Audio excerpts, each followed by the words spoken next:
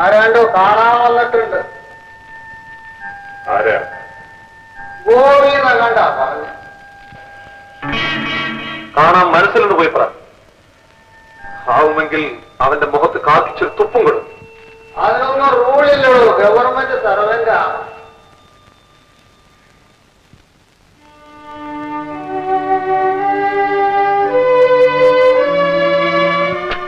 കാണാൻ മനസ്സില്ല എന്ന് പറഞ്ഞു. കാണാൻ മനസ്സില്ലെങ്കിൽ അത് സാരമില്ല, ഞാനൊരു കത്ത് തരാം, അത് കൊടുത്താൽ മതി.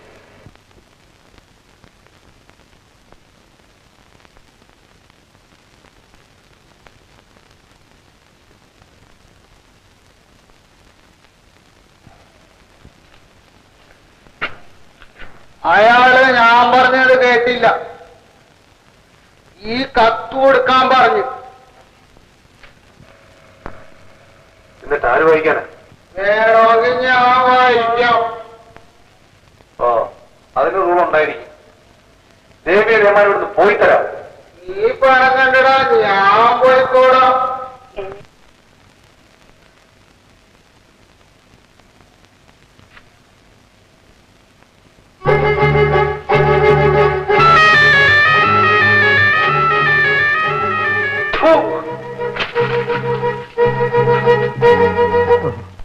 ദീർഘായുസായിരിക്കട്ടെ. നല്ലത് വരട്ടെ. നീ ദീർഘായുസായിരിക്കട്ടെ. ദൈവം മോളെ അനുഗ്രഹിക്കും. എന്ത് നല്ല ബുദ്ധി, എന്ത് സുഖം.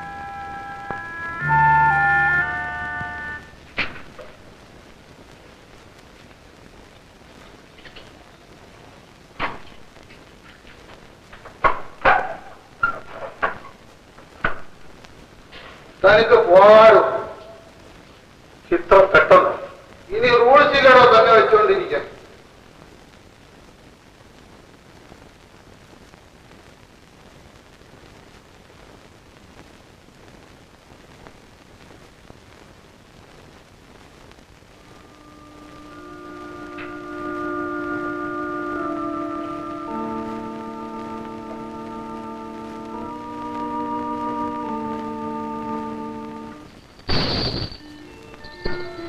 മാലതി, മാലതി,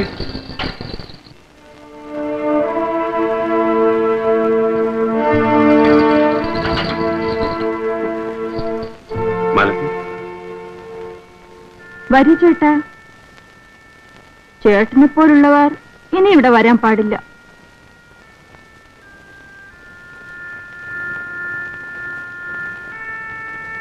അങ്ങനെ നോക്കാതെ ചേട്ടാ. ഞാൻ എന്താ ഉടുതുമില്ലാതിരിക്കുകയാണോ? ചേട്ടനോട് ഞാൻ കാശ് വാങ്ങിക്കില്ല. എന്താ നിനക്ക് സംസാരിക്കുന്നത്? ഞാൻ ചേട്ടനെ നന്നാക്കാൻ ശ്രമിച്ചു, ചേട്ടൻ എന്നെയും. പക്ഷെ എന്ത് ഫലം? ആഗ്രഹങ്ങൾക്ക് ഉണ്ടല്ലോ ഒരതിര്. ഈശ്വരൻ തലയിൽ എഴുതിപ്പോയില്ലേ. ദൈവത്തിന് പോലും ഇഷ്ടമില്ല. പിന്നെ എങ്ങനെ നടക്കും നമ്മുടെ കല്യാണം? അതല്ലേ തക്ക സമയം നോക്കി നിങ്ങളെ ജയിലിലേക്ക് അയച്ചിട്ട് എന്നെ വീണ്ടും ദൈവമാണോ വീണ്ടും ഇതിലേക്ക് അയച്ചത്? നാണമില്ല ഇങ്ങനെ പറയാൻ. എന്നാൽ നിങ്ങളാണ്. വാങ്ങിയ കടം തിരിച്ചടയ്ക്കാതെയാണ് നിങ്ങൾ ജയിലിലേക്ക് പോയത്.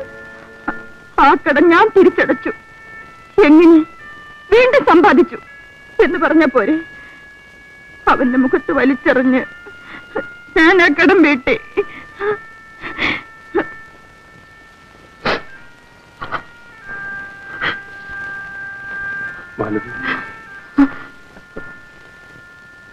വേണ്ട ചേട്ടാ, വീണ്ടും അതും ഇതുമൊക്കെ പറഞ്ഞ് എന്റെ മനസ്സിൽ ആഗ്രഹങ്ങൾ വളർത്തണ്ട.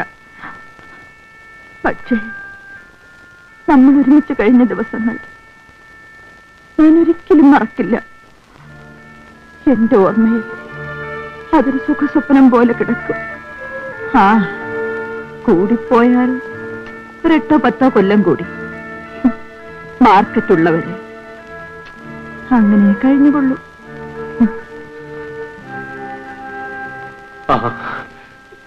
നമ്മുടെ കുഞ്ഞെവിടെ? കുഞ്ഞോ? ഗോപിയോട് പോയി ചോദിച്ചു നോക്കൂ. ഗോപിയോടോ? അതെ, ആ ദ്രോഹിയല്ലേ എന്റെ കുഞ്ഞിനെ കൊന്നത്. എന്താ മാലതി പറയുന്നത്? ഗോപി നമ്മുടെ കുഞ്ഞിനെ കൊന്നുണ്ടോ? ഗർഭിണിയായിരുന്ന എന്നെ ചേട്ടന്റെ മുമ്പിൽ വെച്ചല്ലേ ആ ദുഷ്ടം നശിപ്പിച്ചത്. അത് കഴിഞ്ഞ് ചേട്ടൻ ജയിലിൽ പോയി. നമുക്കൊരു കുഞ്ഞ് ജനിച്ചു. പക്ഷേ ജീവനില്ലായിരുന്നു. പക്ഷേ ഒരു കാര്യം, തന്റെ ആരാണെന്ന് ആർക്കും യാതൊരു സംശയവും തോന്നാത്ത മാതിരി കുഞ്ഞ് ചേട്ടനെ പകർത്തി വെച്ചതുപോലായിരുന്നു.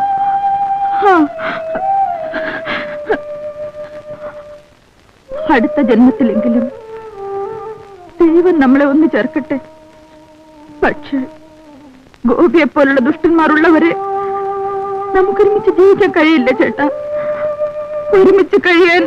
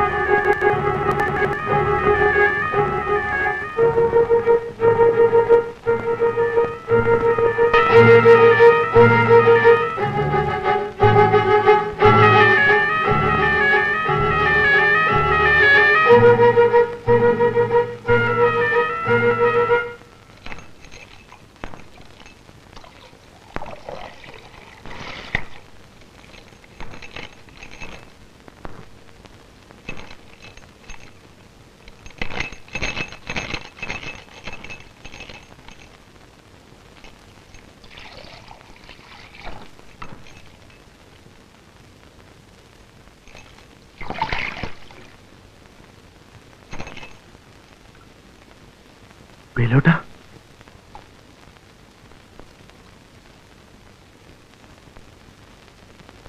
വേലോട്ടിനെ എപ്പോ വന്നു?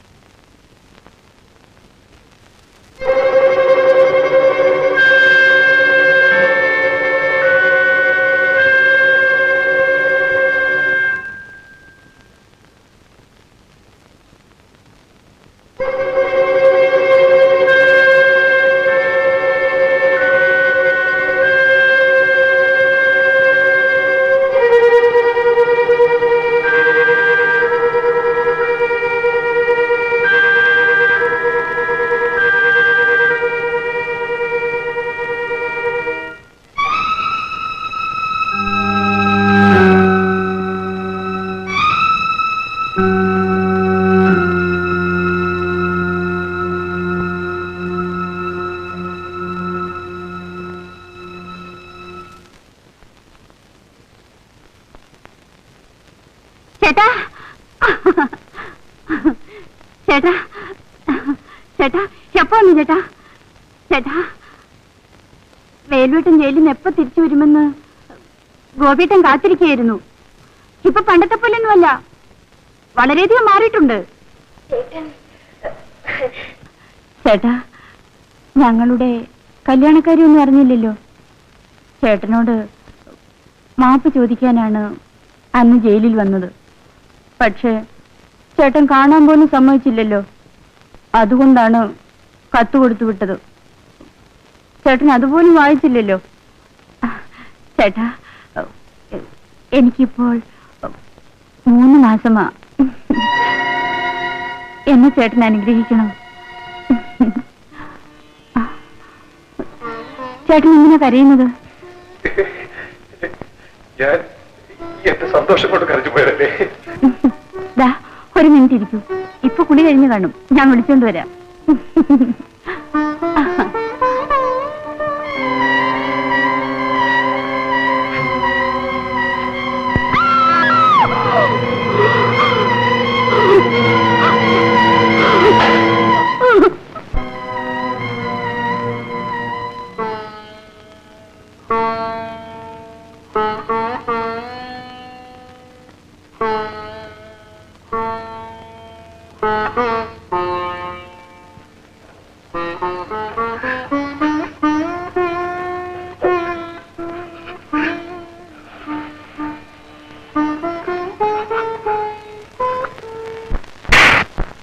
മര്യാദയ്ക്ക് കാശെടുത്തോ, ഇല്ല നിന്റെ മാനം കെടുത്തി കളയും. കയ്യെടുക്കടി.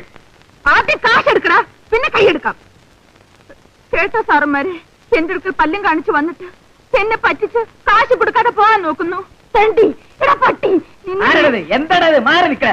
എന്താടി ഇവിടെ? അല്ല സാറ് തന്നെ ഒന്ന് ചോദിക്കണം. കാശില്ലെങ്കിലേ മൂടിപ്പാച്ചടന്ന് ഉറങ്ങണം. പെണ്ണ് പിടിക്കാൻ നടക്കുന്നു കാശില്ലാതെ. ഇവിടെ പിടിച്ച് വണ്ടി കയറ്റ്. ആ ശരി, കൊണ്ടുപോയി നല്ല 4 ഇടി കൊടുക്കണം സാറേ. നീ നടക്ക്. അല്ല ഞാൻ വന്നേക്കാം. ഇതുപോലെ 4 പേരുണ്ടെങ്കിൽ എന്റെ കച്ചവടം പൊളിഞ്ഞത് തന്നെ.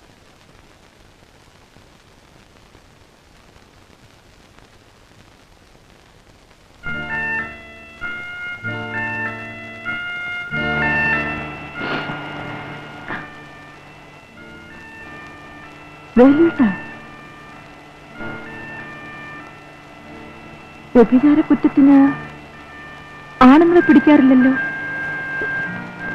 വേലുവേട്ടൻ ഞാൻ ഗോപിയെ കൊന്നു. കൊന്നോ? കൊള്ളാം. ഇനിയെങ്കിലും നമുക്കൊരുമിച്ച് ജീവിക്കാമെന്നായിരിക്കും അല്ലേ?